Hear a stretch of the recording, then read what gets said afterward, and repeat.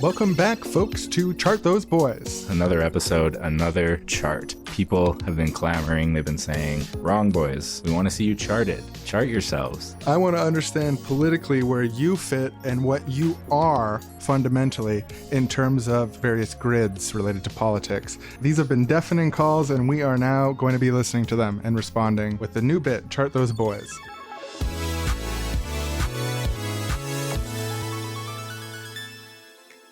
So for our first chart today, I believe we've got something called the 5-dimensional political compass. We've talked about the 2-dimensional political compass. So just imagine if you added a third dimension to turn it into a cube, kind of the z-axis going through the page perpendicular towards you.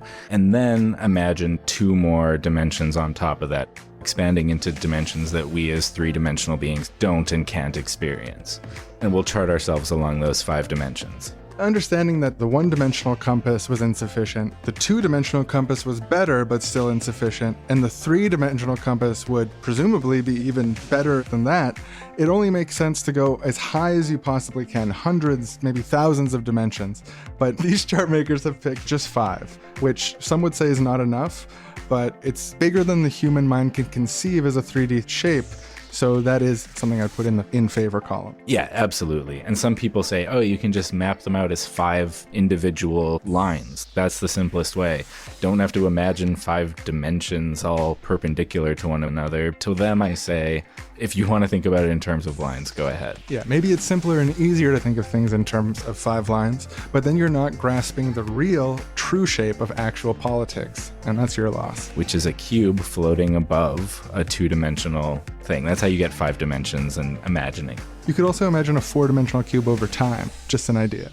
So we took this 5 political compass test, and according to the test, I'm a communist, anti-government, interventionist, bleeding heart libertine. Oh, I got really close. One of the great things about the 5-dimensional compass is instead of trying to map you in some sort of physical space, it just gives you percentage scores and a really fancy, weird name. Yeah, I love the big, long name. I'm a communist, multilateralist, bleeding heart libertine, and I think the multilateralist came from giving nuanced answers on different types of foreign policy questions. That makes sense. I was just imagining I was President Bernie, and I'm like, there's a threat to liberty. Well, maybe I would be involved in that. I don't know. I need to be sure. It depends. So I had on the collectivism axis, the first axis, economic intervention, whether the state should intervene in the economy. I had 100% collectivism score. I think that's what gets you the communist label. Yeah, I also got 100% on collectivism. But just to critique the structure of this, I don't think I gave answers sufficient to say that I want the state to intervene in the economy 100% to redistribute. They just ask basic questions like, should people get food? And I don't remember all the questions. Does the government anymore. have the right to tax people? Yeah. So I guess what it's saying is it's 100% true that we're down for some degree of economic collectivism and redistribution. I don't really feel like I've answered the gradient questions that would give me a full 100, although I think I may get that if I tried. I self-identify as 94%. Yeah, honestly, I see more 94 me, 96, 97, and that tension is part of what makes the show so dynamic. Next axis, authoritarianism, I got minus 17%. You can get a minus? Yes, you can get all the way to minus 100. 0 is centrist. Damn, I feel like such an authoritarian piece of shit. I got 0%. 0%. 0% authoritarianism. You're 0% authoritarian? I don't know if I can. That means you're as bad as a literal Nazi. It says negative percentages indicate opposition to state power. So you're not authoritarian, but you don't oppose state power. I think that's just not true about you, but that's what the score says. I only oppose it 17%, I guess. So authoritarianism refers to state power to control the actions of individuals to protect them from harming others or themselves and to establish the will of the majority over society. So 0% score means that I answered in a very balanced way. Yeah. What I was basically saying is in some cases, the state should have some of the authority to prevent people from doing things that are harmful. Yeah, the way that they phrase it here, I'm like, I'm an authoritarian. I believe in state power controlling the actions of individuals, sometimes to prevent them from harming others or themselves. Like, I literally agree with doing that in a society where the state exists. Yeah, I think this is a good critique of this 5-dimensional thing and how it's wrong in the way that they write it is I don't feel like I answered any questions that differentiated between qualitatively different types of exercise of power, which I think is fundamental to my politics, which is that it's good to do good things and it's bad to do bad things. That might sound trite, but it's actually really important. Yeah. Like, you shouldn't stop people from getting married to each other. Stopping people from getting married to each other, I think, would be more your liberalism score, which is the acceptance of historically illegal or immoral social practices or customs. So like interracial marriage or gay marriage, things like that would probably fit more into that.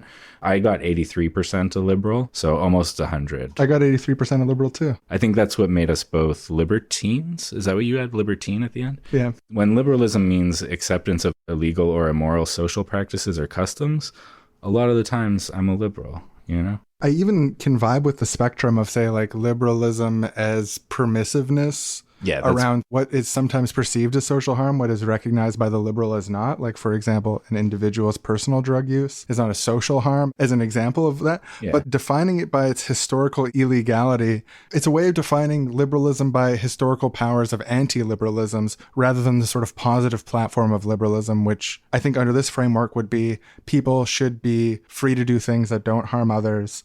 We shouldn't have an excessively policed social realm, et cetera, which I think is more of a positive value than something that's defined by past orders, which tried to repress this. Maybe it's a niche beef to have about that particular one, but I think the way that it's structured philosophically. It is weird. Yeah, now that you pointed out. On internationalism, I got 33%. I got 67% on internationalism. So that was what made me an interventionist, I think. That's what made me a multilateralist. What does that word mean? Multilateral trade agreements, like... I think it means like working from multiple points of power. Here's my actual thoughts. I don't know how it filtered through the questions. And my actual thoughts is that when it comes to multiple world powers, there is a responsibility in the world to intervene in something like the Holocaust. I don't think there's any argument that you shouldn't intervene in the Holocaust if you have the opportunity. It's just that level of moral and ethical devastation is so enormous. But it's also something that you shouldn't seek to do by yourself without partnerships, will of the community, and democratic engagement in that process. Yeah, that makes sense. Internationalism refers to the political involvement in other nations' global affairs, either via war, treaty, or international organizations. Negative percentages indicate isolationist beliefs. You could be 100% an internationalist because you love war or because you love treaties. Same thing. As long as you want to deal with people outside of your country at all, you're an internationalist. That's another really simple binary political chart that floats around in like libertarian world. It's the checkbox mentality of like erase national sovereignty, check internationalism. It means you want like a global government. All these things are just the same in libertarian Ron Paul world. And then finally, the fifth dimension, the tribalism score, they call it. I got minus 100%. I also got minus 100%. That's why we're bleeding hearts. Negative percentages indicate opposition to national or ethnic identity and oriented towards pan-humanism. That's me. I like that term, pan-humanism. Yeah, and I'd say generally that more or less, it's close enough for me. Weird, like opposition to ethnic identity, like not necessarily, but opposition to being super weird about it. I'm not opposed like to like Ukrainian people doing Ukrainian dances or something like that. Exactly. You know, like, I'm not... Or being like, I identify with my Ukrainian heritage or whatever it is. I would be against Ukrainian people coming up with some sort of symbol that means that they're racially superior or something, you know, like that type of shit would be pretty wildly bad. So even when you get up to 5 dimensions, now 5 dimensions is a lot more than 1 dimensions, which is what the average person probably thinks in. It's just a one-dimensional political compass. Yeah. But even up to 5 dimensions, you still have all these weird little implications and these corners of thoughts. Yeah, you're lumping stuff together that doesn't need to belong together on one spectrum, like war and treaties on one end. Yeah, the clear biases of the author of it. I get sort of an idea of the type of guy who made this from the phrase acceptance of historically illegal or immoral social practices. It's that guy for sure. You know what I'm talking about. Yeah. Oh man, if we could psychoanalyze the guy based on all the questions, that would be a whole nother sketch and chart. Yeah. We should come up with a political chart that just psychoanalyzes the creators of other political charts that we find. Yeah, next time. What quadrant are you in? That about wraps up charting the boys. We'll see. Boys you. have been charted. Boys 5 dimensions.